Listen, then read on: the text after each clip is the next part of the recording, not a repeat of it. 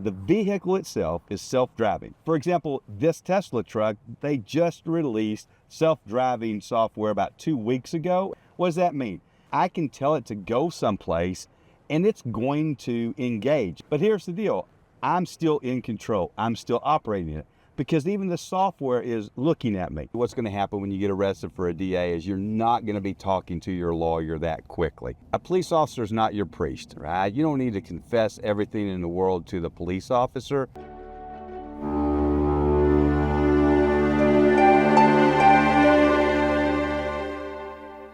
So here's a question.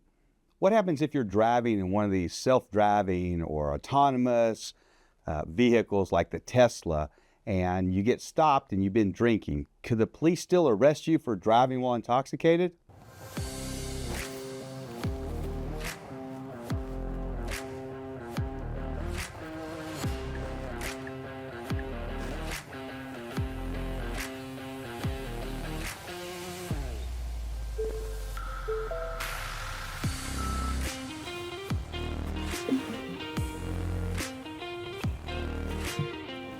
All right, so the first thing we got to answer before we can say whether or not we'd be driving while intoxicated in a self-driving car like the Tesla is, what does Texas say?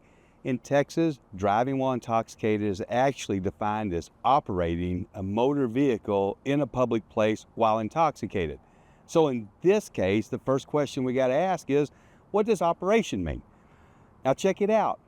We don't have a definition of operation. The Texas Court of Criminal Appeals, the highest court in Texas, says it's a case-by-case basis, right? So we can't look at the statute. So really what it means is, what is the purpose of the vehicle? For example, if I drink a lot at a bar and I just go sleep in my car, I'm clearly not operating the car, right? Even if I have it turned on so that the heat's on and I don't freeze to death.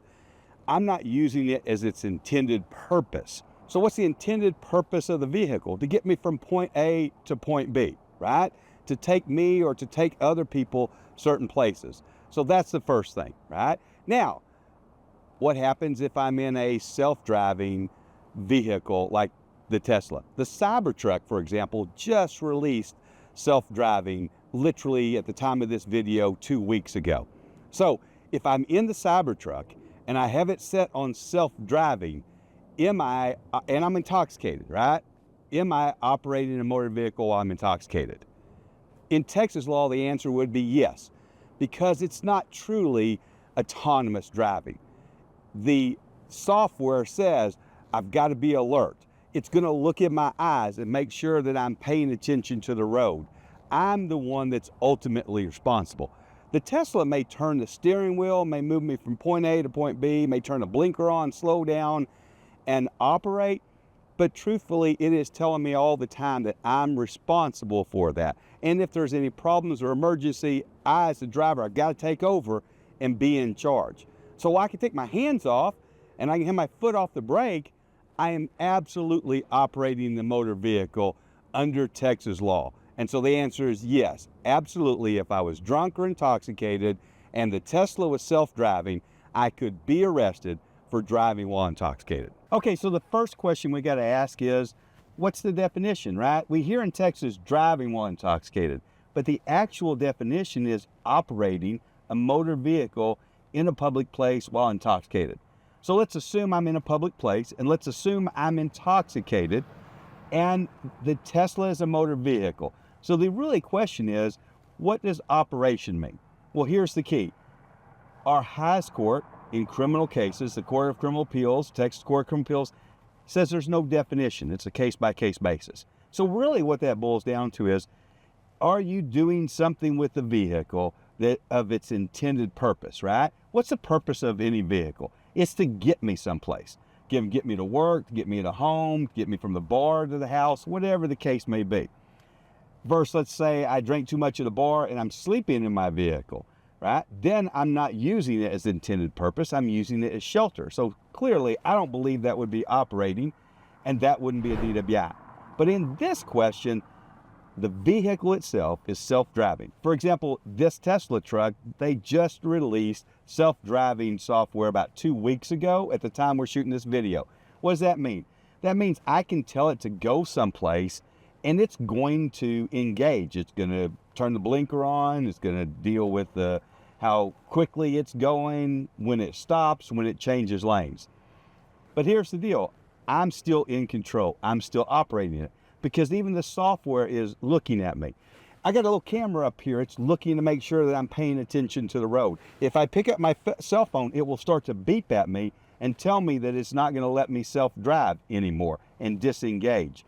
And even when I'm driving, even if I don't have my hands on the steering wheel, my foot on the accelerator or on the brake, it's telling me at all times that I'm in charge and I should be looking around. And there are times in the 2 weeks that we've been testing the self-driving, which clearly I needed to take control because the Tesla was not responding in a proper way. So the answer is yes, absolutely. Under Texas law, if I was intoxicated in this Cybertruck and it was on self-driving, I would absolutely be guilty of driving while intoxicated. 4904 of the penal code is driving while intoxicated, right? That's what most people. Flying while intoxicated. I've represented flying while intoxicated cases. Boating while intoxicated.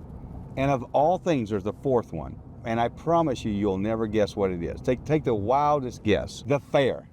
Operating an amusement park ride while intoxicated. And I'm not kidding you. I haven't in several years, but there are many years that the state fair comes in, or the Lubbock fair, the local fair comes in, and I've represented somebody, or my firm has represented somebody who was arrested for operating an amusement ride while intoxicated. We talk about alcohol all the time, right? When people think driving while intoxicated or flying while intoxicated, the assumption is that the intoxication is alcohol. But our statute actually defines intoxication as about 3 different ways. If we're talking alcohol, I'm at or above a 0.08 at the time that I'm actually operating the motor vehicle. Right? That's what we call the per se limit. Also, I could be intoxicated because I've lost the normal use of my mental or physical faculties. So I've consumed so much alcohol that I'm not normal, either mentally or physically. But here's the fun fact, right? It doesn't have to be just alcohol. Our statute says by the introduction of alcohol, drugs, dangerous drugs, a combination, or any other substance into the body. So a person who takes a prescription drug, for example, right, can be intoxicated and can be guilty of driving while intoxicated. A person who takes an illegal drug can be. I got tons of cases, lots of cases now these days with marijuana, right? Now, marijuana, at least in Texas, and any other drug besides alcohol, doesn't have a per se definition. It's not like 0.5 nanograms of THC and I'm intoxicated. The state still has to prove that I have enough THC in my system that it has caused me to lose the normal use of my mental or physical faculties. And so that's a really interesting battle anyway, because things like the field sobriety test are not designed for anything other than alcohol. Problem with the field sobriety test is they're junk science, right? You got 3 things. You got an HGN. We call that the here goes nothing. You see a cop that's just going to sit here and do this with a pen and then say that because my eyes twitched at a certain point, that means that I'm intoxicated, right? This is so much junk science that's involved in this stuff. If it wasn't a criminal case, it wouldn't be allowed in. If somebody tried to introduce like the HGN or the walk and turn or one leg stand in a civil case, they wouldn't even let it in the courtroom, in my opinion. But because it's designed, we got to have something, right, to say that somebody's intoxicated, then for years they've come up with this junk science and they've tried to use it in a courtroom to convict people. So would I do an HGN test? Absolutely not. Because, I mean, first of all, we're talking about horizontal gaze nystagmus. That's a medical condition. We got police officers who the only training they've had in like HGN is a 24-hour class. They're not an optometrist or an ophthalmologist or anything like that. You know that there are 47 different types of nystagmus, and nystagmus is just an involuntary jerking of the eye. There are 47 different types. One of those types is alcohol-induced horizontal gaze nystagmus, which means at the very best, the cop could say that I've had alcohol in my system, not any type of I've lost the normal use of my mental or physical faculties. Not only they don't know any of the other types, they can't tell us why it's alcohol-induced horizontal gaze nystagmus versus any of the other 47 types. And even if it is horizontal gaze nystagmus, there are over 30 other things besides alcohol that create it in a person's eyes. So it literally is junk, right? I've been to the academy, I took a 24-hour class, I see your eyes twitch. That means, and it only means to me, the officer, that you're intoxicated. That is the most BS that you could ever hear or see in a courtroom. As far as the other two, like the balance test, the walk and turn and the one-leg stand, there are so many reasons that people have bad balance. I mean, I'm an overweight white guy with a bad knee. I promise you my balance is bad whether I have alcohol in my system or not in my system. So I encourage people that they don't have to take the field sobriety test. It doesn't matter what you do on the field sobriety test. I've been doing it 26 years. I believe that if the officer smells alcohol on your breath, that you are going to go to jail. So why give them any additional information or any additional proof? First thing I say is realize that you're not going to talk your way out of being arrested or being investigated for DWI. So number one, don't be a dick. Number one, don't be a jerk to the officer, right? Yes, sir, no, sir. Be respectful, just like you would want somebody to be respectful to you when these types of situations come up. That's the first thing, right? Second thing is they are always going to start asking us, hey, you've been drinking tonight, right? The minute they're asking you that, they're looking for evidence against you. So if you've gone to a bar and you had to have a band on your wrist, for example, to get in, then make sure you take the band off before you get in the vehicle, because the officer sees the band, he's going to think, well, yep, you've been drinking. If you've had something to drink, you have to make a decision, because the officer probably smells alcohol. So at that point in time, what are you going to tell the officer? You have no legal reason in Texas to tell him, yes, I have been, or no, I haven't. You've got to make that decision. No, officer, I haven't had anything to drink tonight. Well, I smell alcohol. That's very weird. So then they start thinking that you're lying to them. But in this particular case, you got to make a decision. Nope, I had a beer, but it was like 5 hours ago, right? Because you know what everybody else says? Everybody says, I've had a couple, right? A couple could be 2, could be 4, could be a half dozen, right? That type of thing. So what I tell people, and they ask me this all the time, is if I get pulled over and they ask me if I've had something to drink, if I know I have the odor on my breath, I might honestly, truthfully be able to say, hey, I had one beer and it was about, 15 minutes before I left the bar, because I know I'm not going to be intoxicated with one beer in my system, right? I don't want to be trying to explain how much I had to drink. And if a police officer starts asking you like, well, when was your first drink and when was your last drink? Then one of the concerns that you have to have is this idea that they're trying to use a formula, we call it retrograde extrapolation, and they're trying to get data points from you. How much did you have to drink? What type of drink? When was the first drink? When was the last drink? What did you have to eat? That type of thing. And what's the difference of the time, so that they can attempt to calculate out not what your BAC was at the time that you were leaving the bar, but what it is at the time that you were driving the vehicle, right? So I would say be very cautious. A police officer is not your priest, right? You don't need to confess everything in the world to the police officer. You can tell the police officer when he asks, hey, did you have something to drink? Yes, no, make a decision, know what you're going to say, you didn't have very much to drink, and then don't answer all the other questions. It doesn't matter what you say.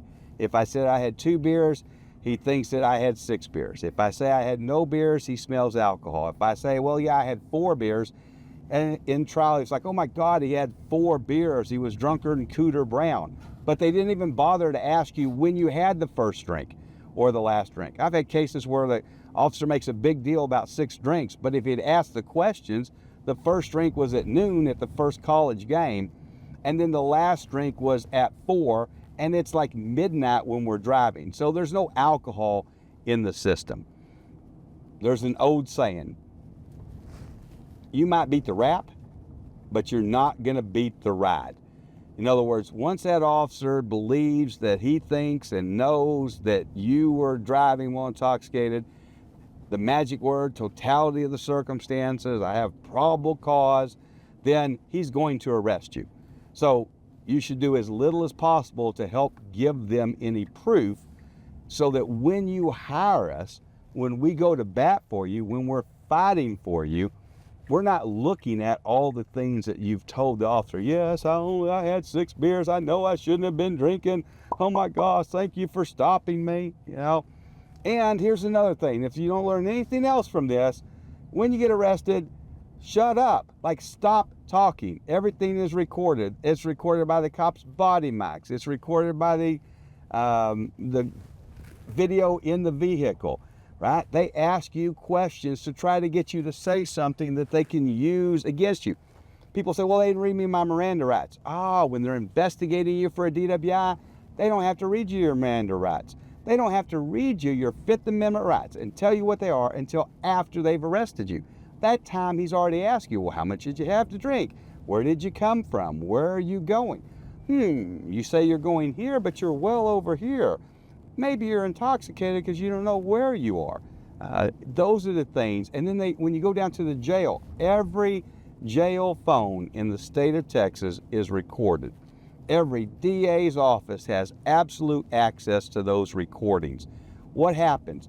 You go there, you call your mom or your wife, you're apologetic, or your dad or whoever you're talking to. I'm so sorry, I was drunk, I shouldn't have been driving. And whatever good things you did on the side of the road by not taking the field sobriety test, by not taking a breath test, by refusing to take a blood test, if they get a warrant, you have to let them take your blood, but we can challenge the warrant.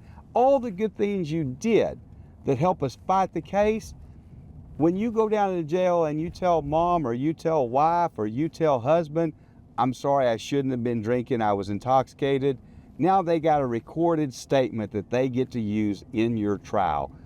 So don't talk on the jail cell phones. If you're a parent and your son or daughter calls you, don't ask them those questions.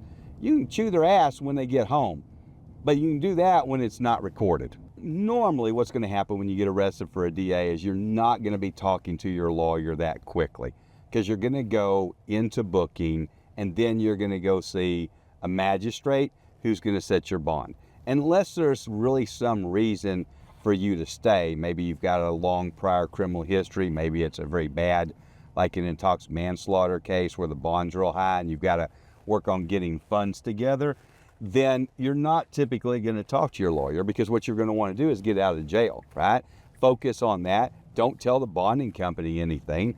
When you talk to the bonding company, they're just going to post the bond to get you out of jail. At that point in time, if you are in jail, then yes, when you have a conversation on the regular phones, there is attorney-client privilege. But I tell people every day, listen, we're not going to talk on these phones until we know that they're not going to be listening. So the normal jail visitation phones, they can listen to an attorney conversation there just like they could listen to mom and dad or anybody else. If it's going to be a true jail visit, we'll be in a different area, which is not recorded. So until you know 100% that there is protection, then don't tell anybody anything, including the attorney that you're talking to, right? I would never, ever, ever, ever be in a situation that I would start talking to a client on a non-secure phone about a case. The first thing that's going to happen is we're going to get hired. We're going to make sure that we try to get you out of jail if you're not already out of jail.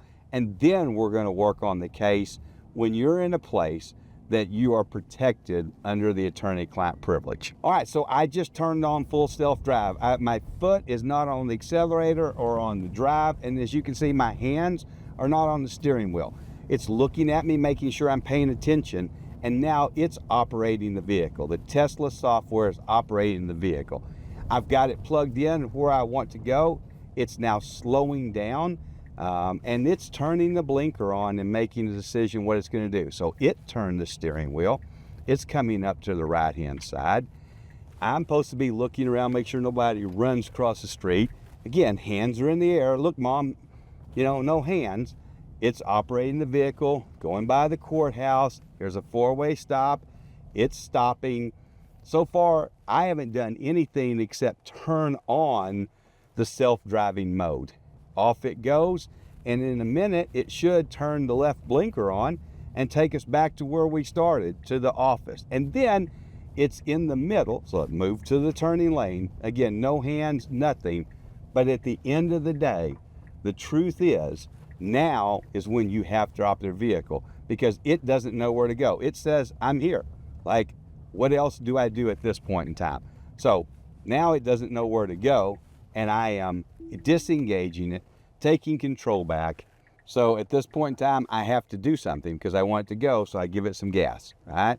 Now it should be in self-driving mode once I enter it. It says be attentive, put your hands on the wheel, be prepared to stop at any time.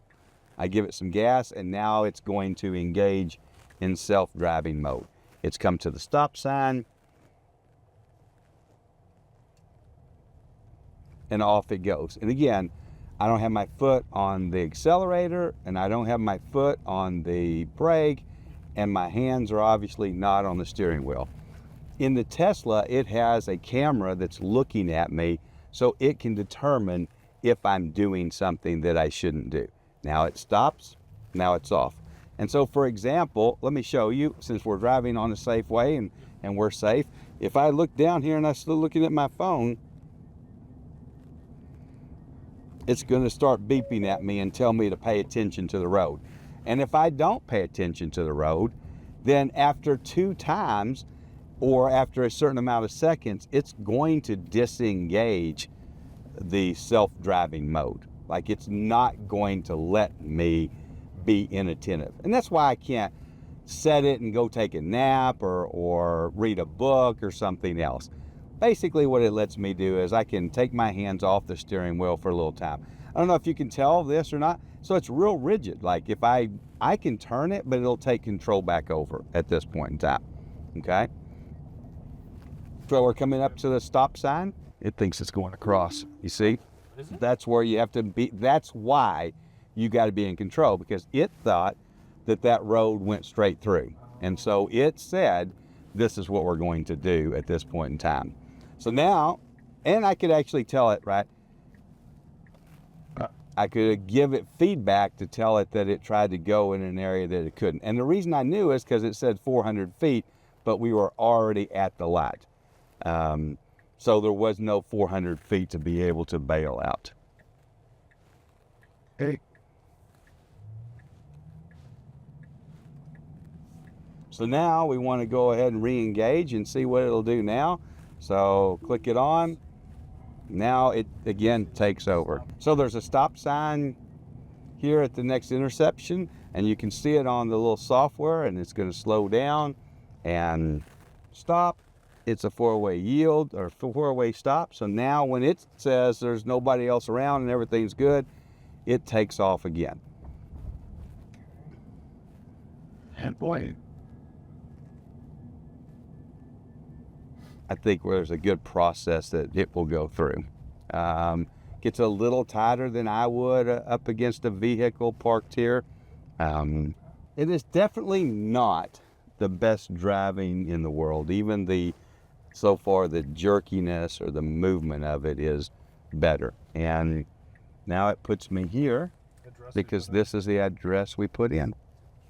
Good.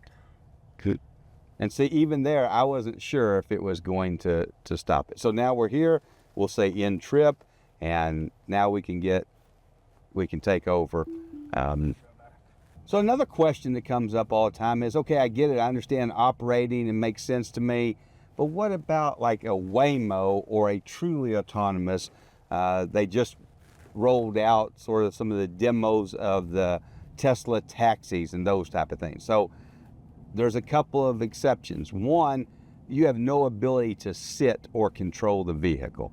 There's no driver's seat. You get in and basically it's programmed. It's going to take you from point A to point B.